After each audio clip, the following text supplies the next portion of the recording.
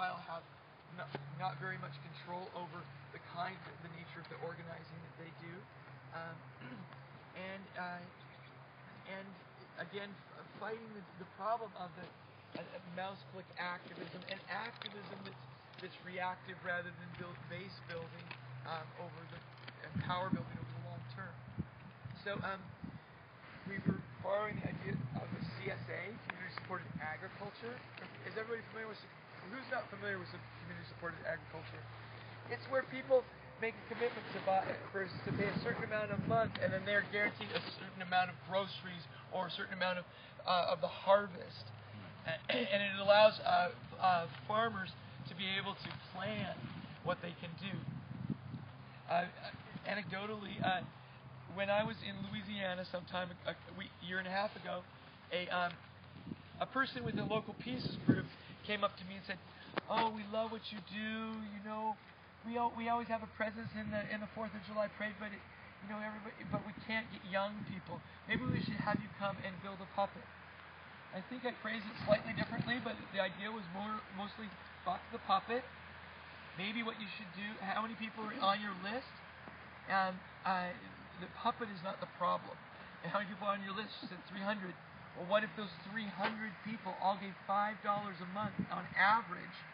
You'd have $1,500 to support somebody who could then actually be engaged year round. And maybe the one deliverable or one of the two couple deliverables that the community asks for is participation, organizing the participation in that community parade. It's part of what got me thinking about this. It's and I've challenged our local Fellowship of Reconciliation to consider it, because everybody in the room is older than me, which is scary. If that sort of movement, everybody's older than 46 years old. We need all ages, we need elders, and we need the youth, we need all generations participating. And I feel like investing in that next generation of activist organizers, especially coming out of something as intense as the Occupy movement, where people have been invigorated, is really important.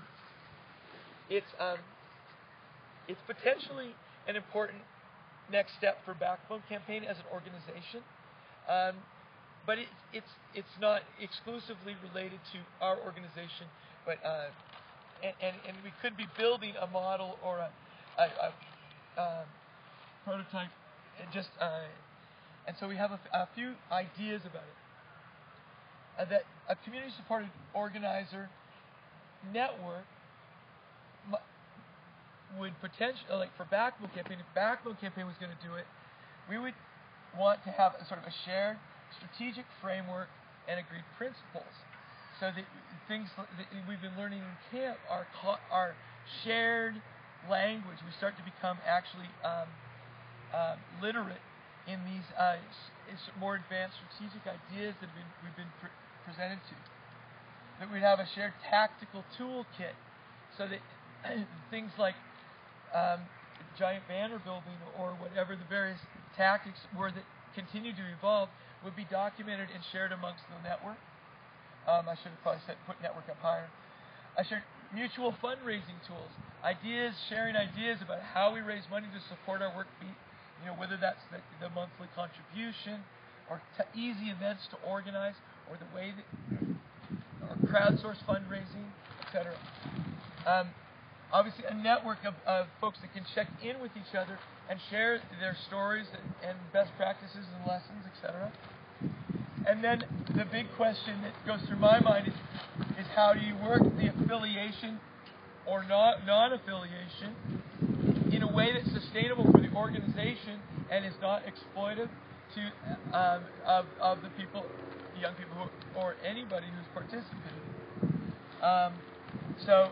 Because one of the assets that an organization like Backbone can bring to it is having a 501c3 to use as. Thank you. It's kind of funny. Yeah. Are you paper slide over my head? No. Okay. Good. Okay. You come up with that? Yeah. Thank you. I'll help you turn the page. Okay. So I don't have anything on the other pages, so I'll just be taking notes over there. So affiliation, fiscal umbrella.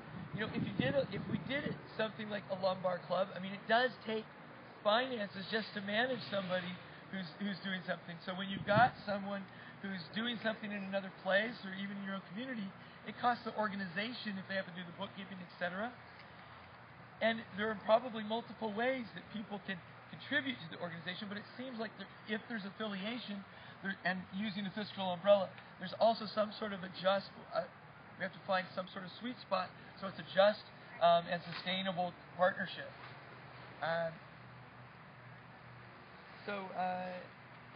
Could we? Are there immediate first reactions, or you know, if I'm open to ideas about how we go through this. Let's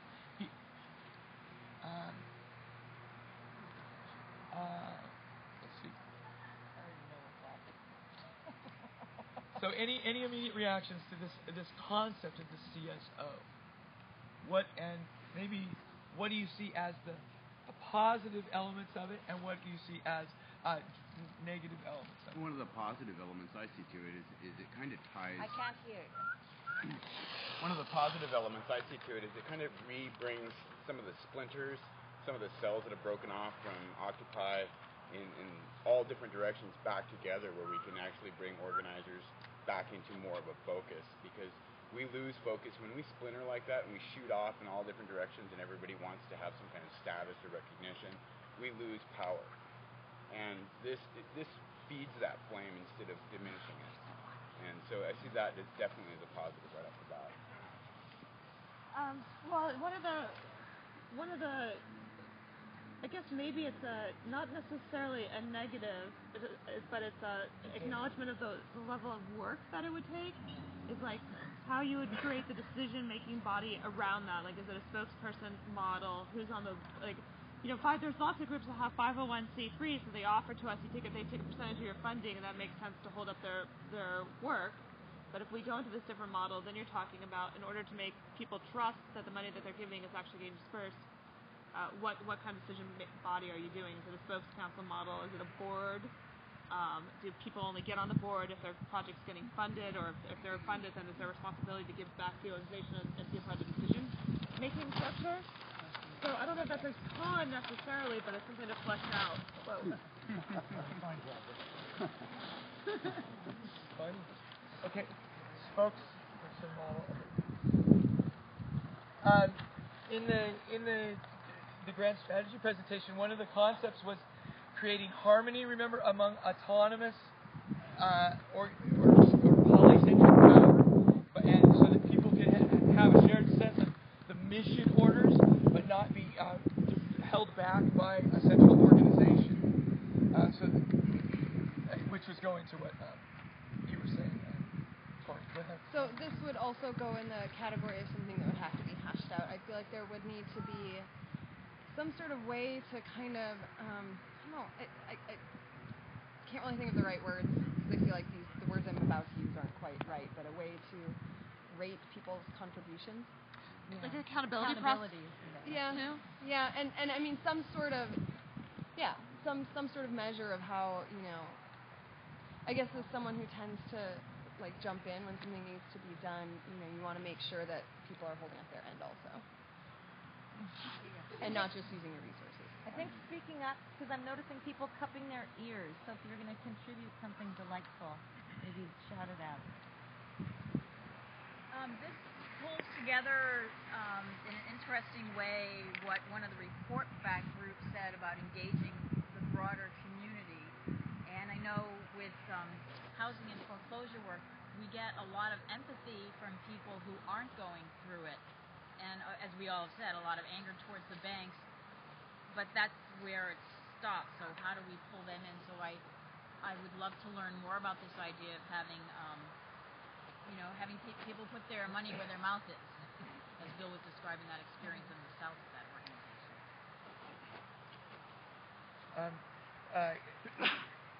Kim, then Rod, then Adam. I have no idea what order your fingers actually went up. So. Here. Just you'd have to be like a lot of high donors. Actually, they don't like trying to figure out where to fund. So if you have like a condensed package where your money goes into a mix of issues, it could be a positive thing on the framing, but you'd have to figure out if it's a single issued group or if it's a how many different elements does it have? Just building on that, for instance, we might have a donor who's really interested in student loan debt, and then we might use some of their funding to be a matching grant for folks who want to do a CSO around that, rather than around their community, there's also this element, the potential element of re-granting. Yeah.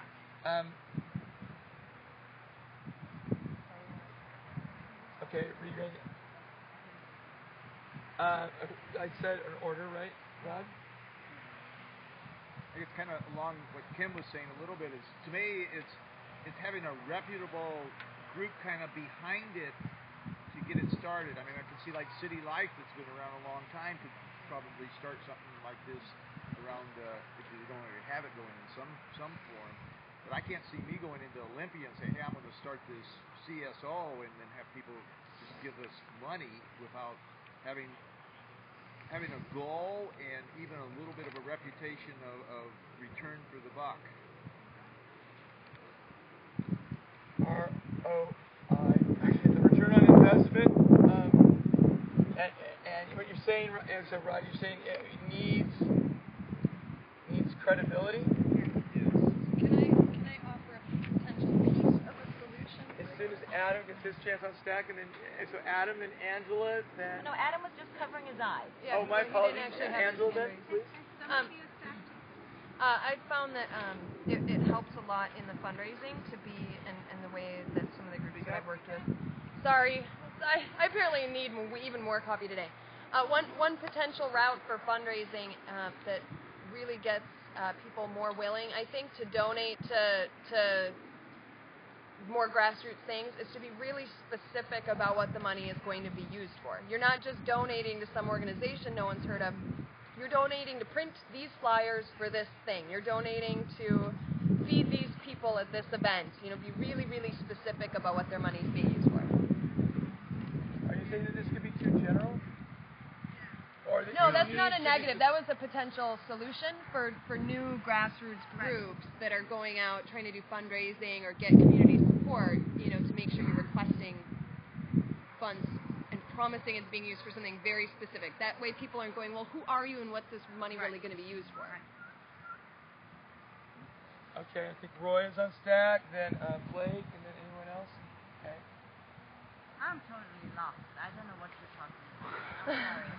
When did you arrive here? No, at the beginning. I've been here from the beginning. I don't understand. Excuse me. I just don't understand. Are we talking about Backbone Campaign, or are we talking about our own community? I'm just totally lost what we're doing right now. Well, I am actually using this opportunity to talk about Backbone something the Backbone Campaign wants to do. But I really don't believe that it's exclusive to the potential for this is exclusive to Backbone Campaign. So we're asking for your feedback on this idea of the community-supported organizer, helping becoming a fiscal sponsor, a hub for autonomous but affiliated organizers who get a stipend, who collaboratively participate with us, for instance, in developing a stipend for their organizing that grows. Yeah, kind of just give an example. So if it's like,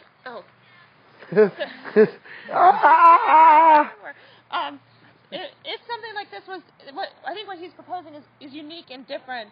A lot of us, suffer from being able to make money in order to do what we want to do. Some of us can't even afford to get up here to train. Like, I'm invited to trainings that the group can't afford to even pay my gas to get to, and I can't afford to pay my gas to get to.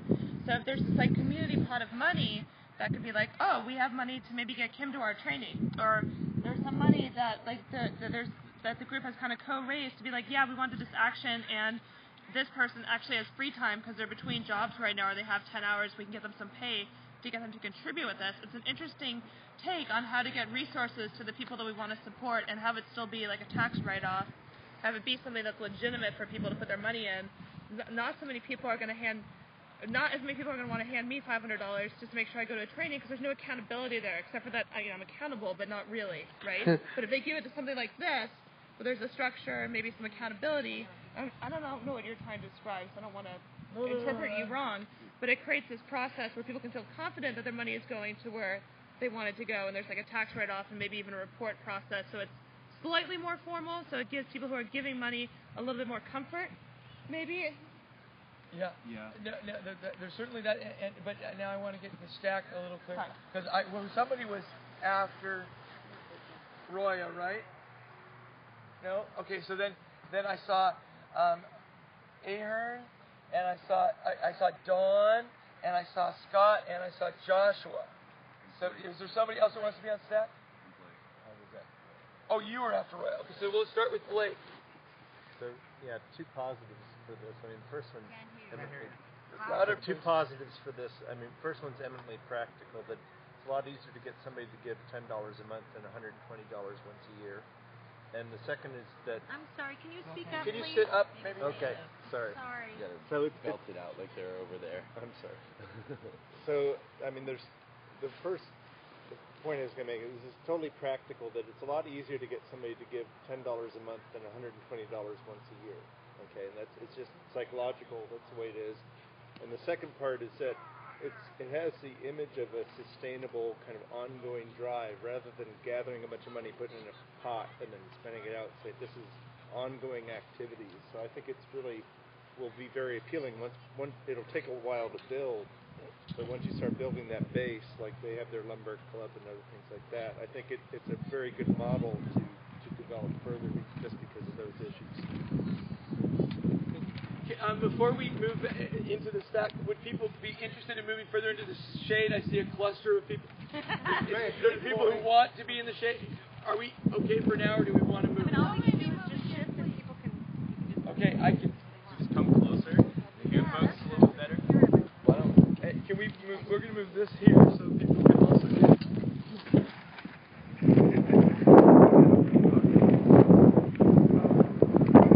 Moving around to the sun. We're talking about how people can help support individual organizers that are really active in organizing and that the community trusts for organizing. Okay, so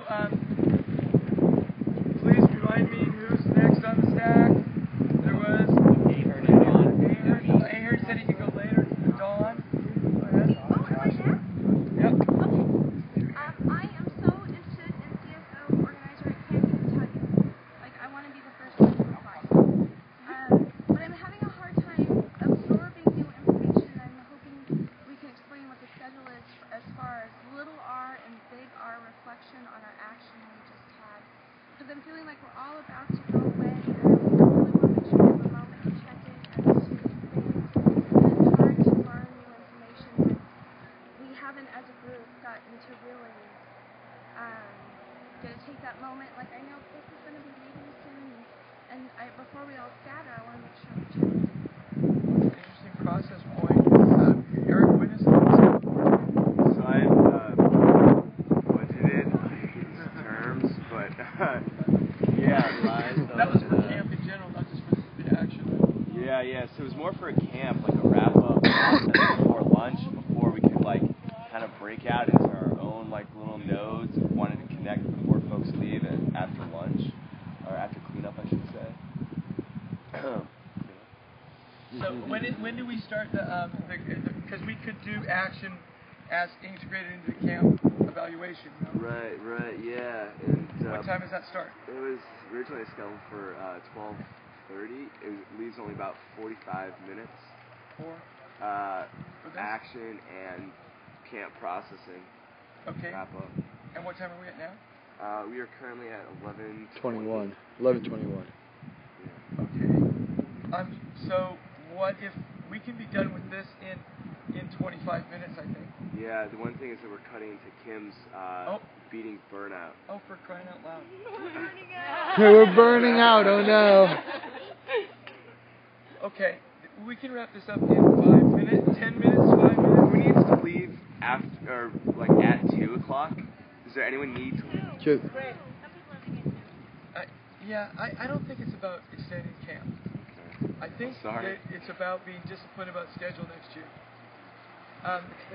So we've already started the process. So here we are, starting the evaluation. And this is sort of our follow-up. So if we could stay on this for, focus on this for 7 more, what time is it now again? 1:22. Okay, so great. At 11:30, could we have that much time to finish this conversation?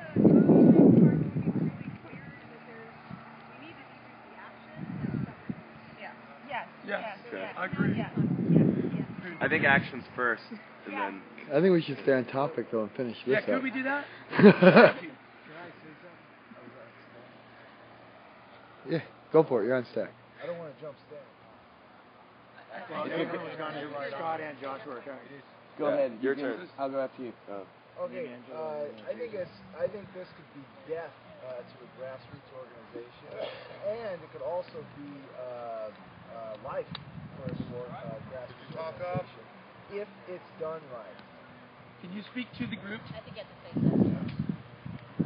So I think this community-supported organizer death to a grassroots organization, because I can see myself quickly spending all my time trying to figure out how to generate and maintain these small micro donations of $5 so I can continue to be an organizer. And that's AstroTurf.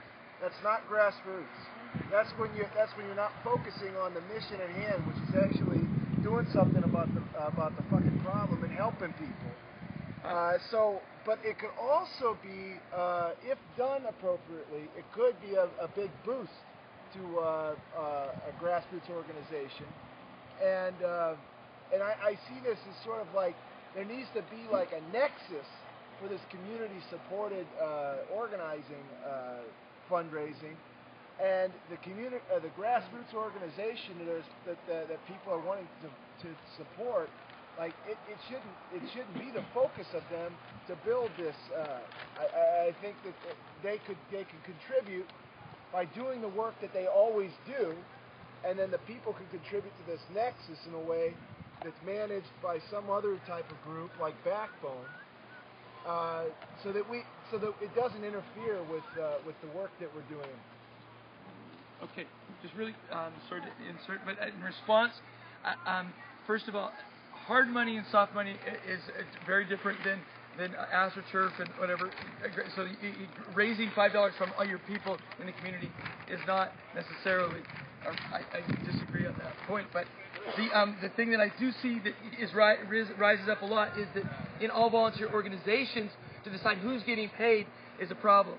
But if you can, as a supporting allied organization, provide a stipend for an organizer that is then gifted to that community-based organization as in a collaborative, so they become an asset to them rather than a cause for strife, then I can see. Right, where they drain their fundraising too. Okay, so Scott, please.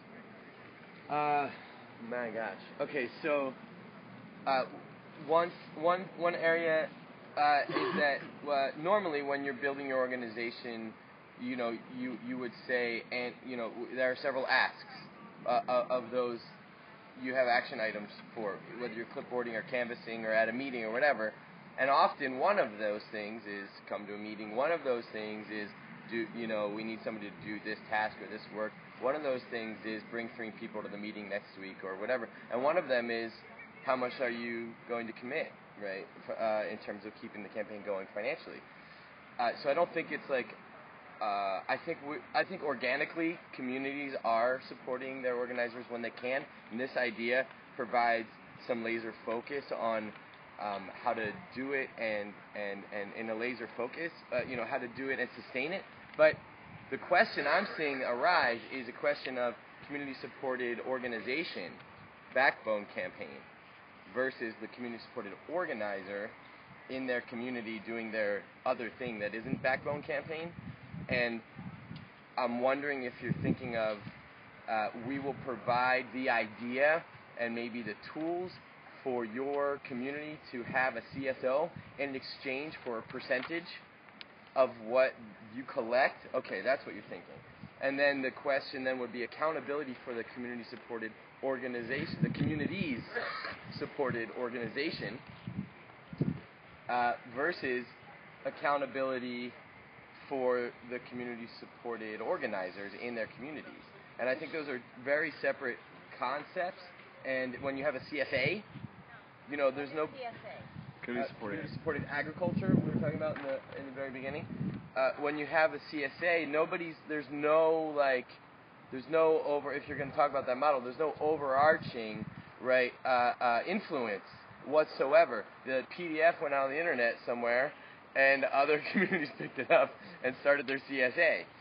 So nobody's really involved except for the community, except for the people who cultivate food on that land in deciding how the CSA goes.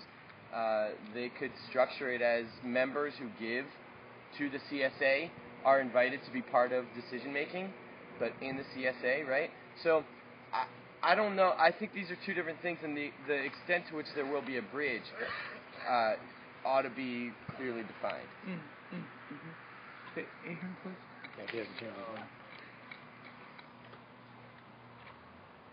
been trying to figure this out for the whole time I was here, or with the CSO thing. First, I'm going to tell you what I think it is. And I'll tell you how brilliant it is based on what I think it is. I hope what I'm about to describe is not wrong. That means everything I praise about it has been on a total misunderstanding. Okay, so this is what I'm thinking it is. Like, for example, let's say we have this new campaign that we're pushing about media accountability. Well, we're going to go after the media the same way we've been going after corporations and bank CEOs and things like that. Let's say that's going to be my stick or whatever, you know, and Backbone supports me as a community-supported organizer. You know, then you all will provide me some money based on that, and then you will let your donors would know that I'm a part of this CSO, and this is where your money is going to by support. And then there'll be a list of other CSOs and others, and this pool of money that's coming in, will it go to all the CSOs, like split up evenly like that? Well, that's where I think this kind of re-granting or matching funds might be good, because the burden, like my struggle is a person who's really small organization trying to put on a very ambitious camp. It's costing us thousands and thousands of dollars, but people want to come but not have to pay, and then we give an opportunity to fundraise, but they don't really want to take it. It becomes this other kind of relationship that makes it hard for us to do it. So there has to be accountability. Was my description correct? Yeah, that's what we're thinking. Is that it? I didn't give you the new idea. No, oh, okay. No, that's great if that is. Go ahead. Well, yes, because it creates additional stories to tell the funders too. Right. Because if we can't increase our capacity just on Vashon Island, we have to increase our reach and our capacity working in movement building stuff in partnership with people elsewhere. Okay. I mean, that's brilliant, you know, do that, like, to do that, like the way you described, because then, you know, like I say, you know, people don't have to, there's so many people that work like 8 hours, 40-hour weeks, and then they have to try to do some on Sunday, have to do some on Saturday, or, you know, I have to come up with this whole list of things that person can do and still be, you know, so yeah, if that's what you're doing, then yeah, that's a great idea. I think it would definitely help, because now, like you said, people in that area don't have to actually fundraise for that person. And people can see what your camp is doing, because the person come here and get trained by you, and after that you're going to support them financially when they go back in their community. Now, I think that's epic. I don't think anyone... Is that it? Am I right? Well, I just don't want to say, yeah, we support them. Sign up so we can support you. Right. We can't even support it. Last year we had to...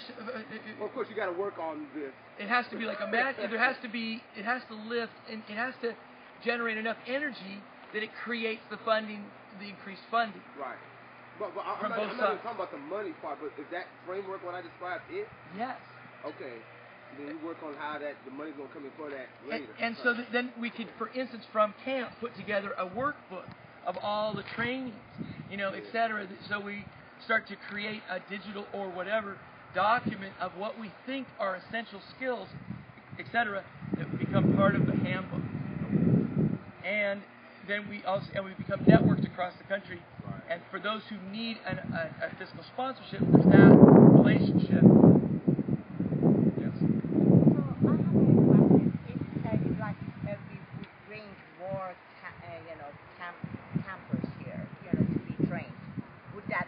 you financially if they pay full price for their training. So, you know, for example, I received your information a month before I came here, and it was hard enough for me to put my logistics together. But if I had this 11 months ago, I probably would have brought 10 other campers who would pay full price for this to be trained. So I think if you provide us with the logistics of this 11 months before your camping, you know, your expedition, then we can go to our community and we can recruit and they can pay that $10 affiliate and then pay the remaining by such month, and then they can go to Indiegogo and raise more money for themselves if they need to. So they would pay the full camp price to come and participate in this. Thank you, Roy. I agree with that assessment of the critique.